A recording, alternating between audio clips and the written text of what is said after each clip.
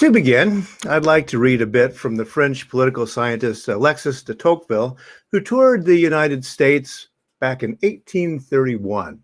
Quote, "In America, I saw the freest and most enlightened people placed in the happiest circumstances that the world affords.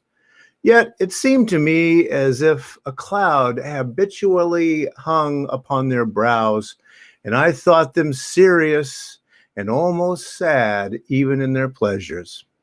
In the United States, people build houses in which to spend their old age, and they sell them before the roof is on. They plant gardens and sublet them just as the trees are coming into bearing. They bring fields into tillage and leave others to gather the crops. They embrace a profession and give it up. They settle in a place which they soon afterwards leave to carry their changeable longings elsewhere. They who have set their hearts exclusively upon the pursuit of worldly welfare are always in a hurry, for they have but a limited time at their disposal to reach, to grasp, and to enjoy it." End quote. Well, I grew up in the southern part of Illinois near the confluence of the Wabash, the Ohio, and the Mississippi rivers as they meet there at the southern tip of Illinois. The southern part of Illinois has long been known as Little Egypt, the exact reason for that name being lost to time. Most likely, given the biblical bent of the European invaders into that region, the name is a reference to the story of Joseph in Egypt in Hebrew scripture. Quote, "And all countries came into Egypt to Joseph for to buy corn, because that the famine was so sore in all the lands," end quote. The southern part of the state was settled much earlier than the northern part, and apparently in the early 1800s, there was a drought in central Illinois that sent residents there seeking grain in the south. Farming is still the dominant way of life in Little Egypt. Some of you know that two of my kids live on the farm that's been in our family since 1842. We were the first Europeans to own the land there. Deep in violent roots, marginal farmland, poor farmers. That's the region. Until I moved away to college and never returned, the family had avoided Alexis de Tocqueville's assessment of Americans. Quote, "They settle in a place which they soon afterwards leave to carry their changeable longings elsewhere," end quote. Farming is about extreme risk and, at best, very meager rewards. The taxes on the land never stop, but the income on the land often stops. Floods that inundate the surrounding roads, snows that trap residents for days at a time, thunderstorms, tornadoes, droughts. Farmers today, as farmers always have, live with extreme uncertainty and risk. Except now, due to climate change, the uncertainty and risk are even more extreme. As a consequence of constantly facing disaster, farmers have a lot of wisdom to give when it comes to living with uncertainty and very little in the way of hope, yet finding the gumption to go on. When I was young, I would go with my grandfather when he went to visit his farmer friends. All of them were subsistence farmers with almost nothing to their names. Instead of saying goodbye, many of them would shout, "Don't eat your seed corn. Don't eat your seed corn." It was an acknowledgement that, though times might be bad, there's always hope if you can somehow manage to hang on. One of the most popular parables in Christian scripture goes like this. "Behold, a sower went forth to sow, and when he sowed, some seeds fell by the wayside, and the fowls came and devoured them up. Some fell upon stony places where they had not much earth, and forthwith they sprung up because they had no deepness of earth. And when the sun was up, they were scorched, and because they had no root, they withered away. And some fell among thorns, and the thorns sprung up and choked them. But other fell into good ground and brought forth fruit, some an 100-fold, some 60-fold, some 30-fold." End quote. One kernel of corn yields a stalk that usually has one ear of corn. An ear of corn has anywhere from 500 to 1,000 kernels of corn. Investing one to get 500 or 1,000, well, that's the magic when agriculture works. It's what keeps farmers hoping. And one skill I learned as a kid that I will most likely never use again is what's called broadcasting. We did it exactly like the people have been doing it for thousands of years. You reach into a bag, pull out a handful of seed, and with a practiced arm motion in an arc and just the correct positioning of the fingers, you send the corn evenly out across an area. The parable of the sower makes immediate sense when you've sowed seed for hours and then watched those seeds sprout. It's all about the seed that falls on the good ground. That's where the potential of agricultural magic occurs. That can't happen if you've eaten your seed corn during the winter. It isn't only seed corn that has to be saved. No matter how long the winter and how lean the pickings get, you gotta not eat all of your potatoes because you've got to have those potato eyes to plant in the spring. If you eat your last chicken, no more eggs, and so on. That's a valuable life lesson that farmers learn early. I know we have some master gardeners at FUS in the congregation who know a lot more about growing things than I do. I've only got some folk wisdom that I learned a long time ago. 9, 10, big fat hen, 11, 12, dig and delve. Now, some of you are using heirloom seeds and plants, which is a very good idea. Did you know that the genetic diversity of agricultural plants has dropped by 75% since the Second World War? 75%. Genetic diversity is disappearing. There's a native resources preservation group in St. Paul. You're going to be hearing more about that on Earth Day. There are now seed repositories around the nation and around the world attempting to preserve some kind of what's left of genetic diversity.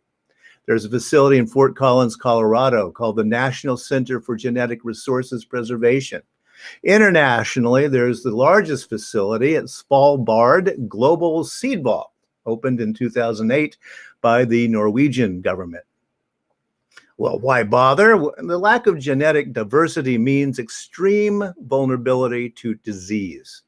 As with the Irish potato famine, mono-agriculture can lead to disaster. For example, sticking with corn, there's no such thing as wild corn. Corn has been created by human beings through genetic modification. Genetic modification that goes back in Mexico something like 10,000 years. And then that grain spread across the Caribbean, Central, South, and North America. And corn was one of the things that Columbus took back to Europe. Now, corn covers the earth. There are 59 varieties of corn in Mexico.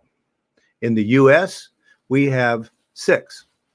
In Mexico, those 59 varieties can only be raised in very isolated mountainous areas because the air in North, South, and Central America is filled with industrialized corn pollen.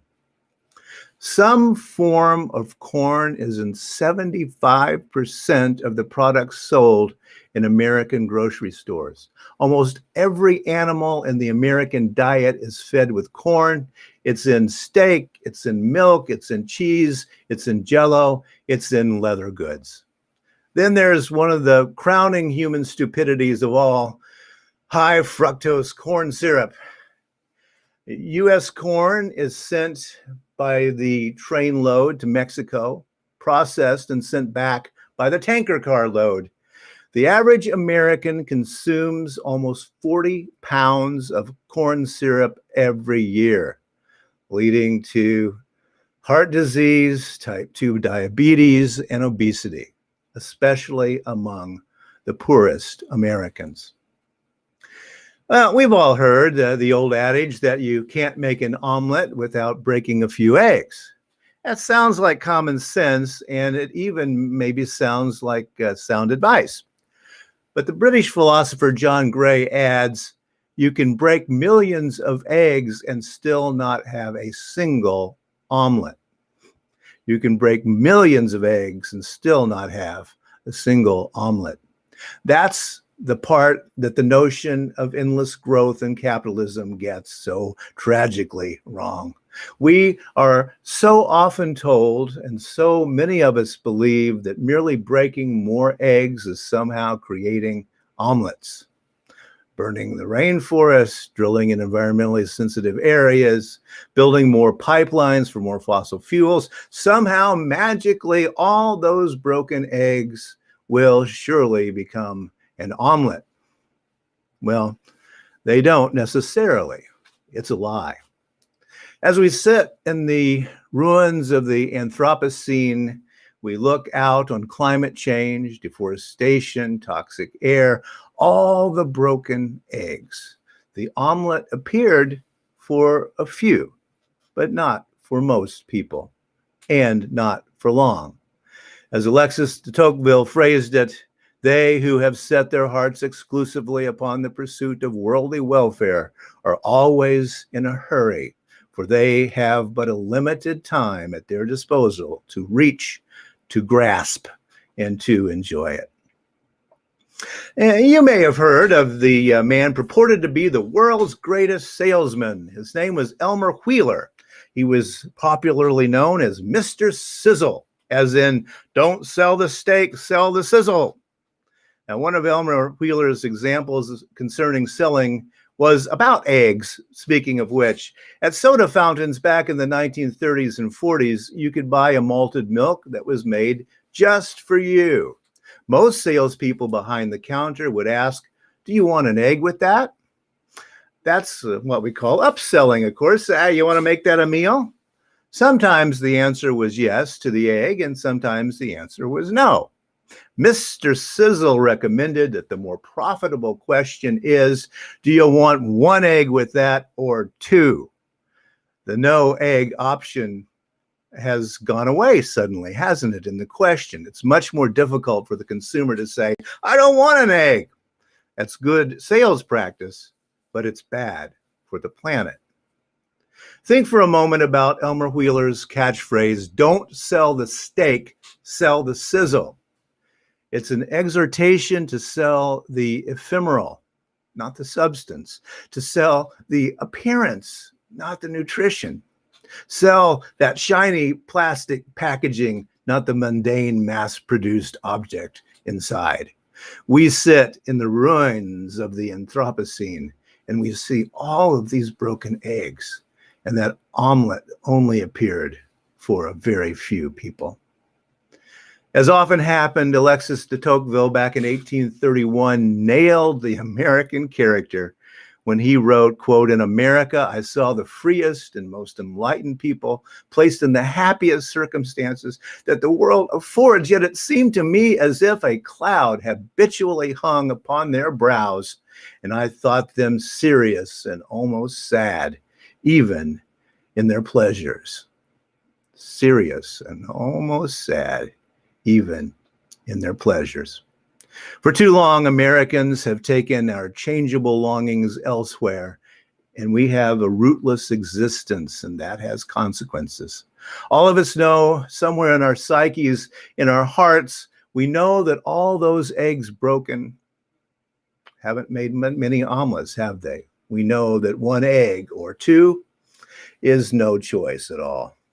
Like the biblical character Job, we sit in our ruins, scratching our scabs with broken pieces of pottery.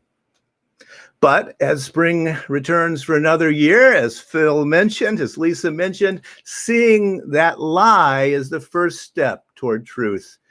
And we join in our Earth Day celebrations this coming April 18th, and we will be talking about how we can still save ourselves. Yeah, there's work to do, but there is still time, I think. We have survived the winter. It's spring coming, and we have not yet eaten all of our seed corn. And hear that wisdom of those old farmers when I was a kid. Don't eat your seed corn.